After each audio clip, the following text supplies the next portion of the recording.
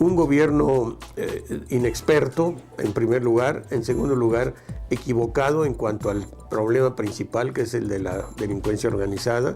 Y en economía, pues un gobierno que no tiene ninguna experiencia y que se ha dejado llevar, se ha dejado arrastrar por los empresarios y por la política de la banca internacional.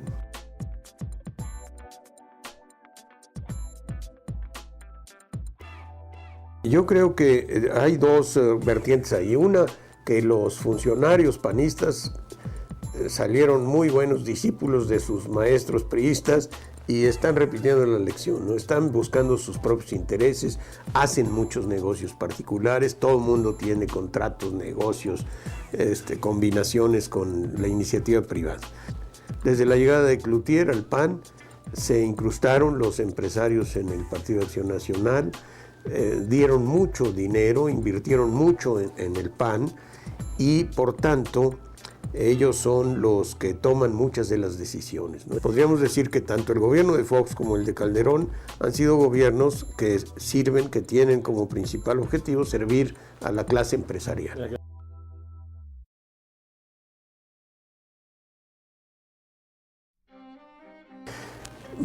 Estaba de moda en su tiempo y más en el de Fox la salida fácil de las maquiladoras, que es explotar a los jóvenes y a las jóvenes especialmente al máximo en unos cuantos años, dejarlas inútiles para seguir trabajando, sin posibilidades, sin aprender nada, ganando una miseria, y las maquiladoras se iban. Esa era la filosofía, que haya mucho empleo, aunque sea ese empleo deleznable, muy mal pagado, esclavizante casi, ¿no? Y humillante.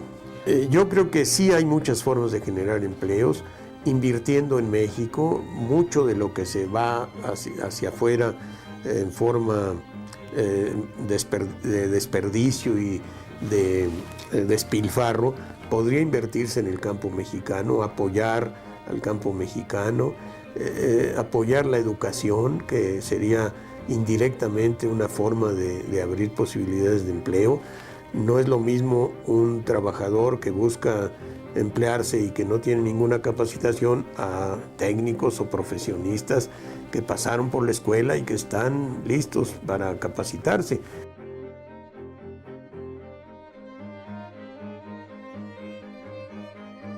Tenemos muchos recursos, pero si el petróleo es lo que tenemos ahorita más a la mano, debería ser el detonador de la economía mexicana. Tenemos, por supuesto, plata, oro, pero también las minas ya están en manos de canadienses y de americanos y de extranjeros.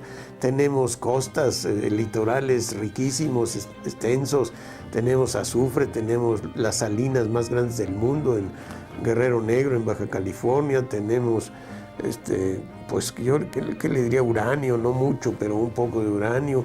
Es decir, hay carbón en la cuenca de Coahuila, y entre Coahuila y Nuevo León, en Coahuila, en Piedras Negras. Entonces sí tenemos muchos bosques, muchos más bosques, por ejemplo, que en Finlandia, y los finlandeses viven de la madera y de la explotación racional de sus bosques.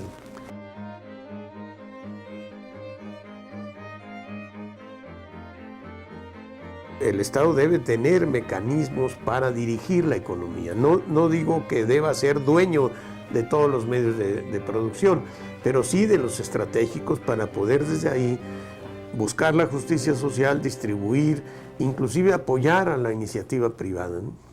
Pero teniendo elementos, no solo los impuestos y los soldados, sino medios de fomento de la economía del país.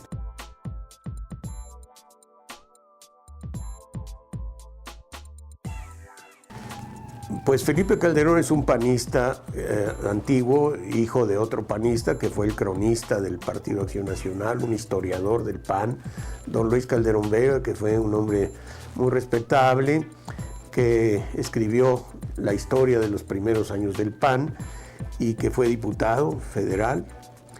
Entonces Felipe conoce la ideología, la doctrina, el pensamiento panista, pero no lo ha podido o no ha querido llevarlo a la práctica. Yo creo que está demasiado acotado por los grandes intereses que apoyaron su campaña, especialmente por la televisión comercial. Y por tanto Felipe Calderón, por un lado la extrema derecha, por otro lado los empresarios, o a lo mejor del mismo lado, y por otro lado la política económica global que lo absorbe, lo aplasta, por otro lado la delincuencia organizada que no ha sabido enfrentar, entonces va de tumbo en tumbo, ¿no?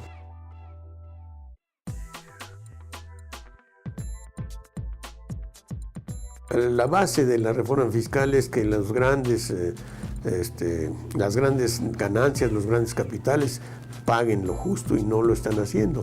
Y las reformas fiscales se están yendo abajo hacia los trabajadores y hacia las pequeñas empresas, los pequeños negocios, los profesionistas, y no se está tratando de cobrar de donde sí hay, donde podría haber un ingreso fiscal importante, que son en las grandes empresas.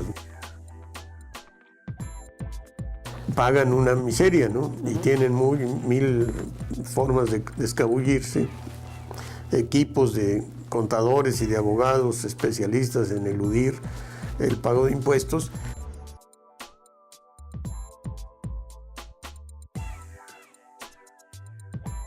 Yo creo que hay una tendencia, quizá no escrita, o vaya usted a saber si hubiera un pacto escrito, pero hay una tendencia a desmantelar lo que es nuestro y a entregarlo a extranjeros. Pues la razón son, por un lado, intereses y ambiciones personales de quienes reparten y distribuyen contratos, donde siempre hay una ganancia, y por otro lado, una falta de visión patriótica.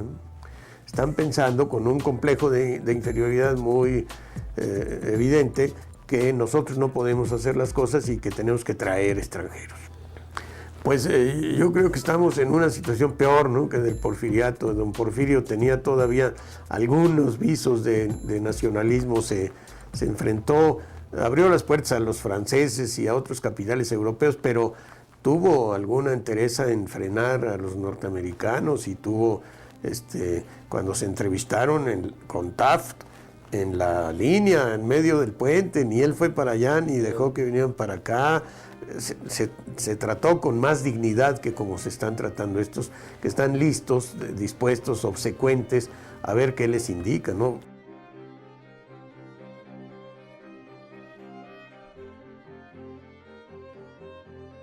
¿Cómo quedan? Aparentemente son los triunfadores en este momento porque se salen con la suya, pero quedan para la historia y frente al pueblo como traidores a México. No puede llamársele de otro modo más que traidores a quienes están entregando la riqueza mexicana a los extranjeros.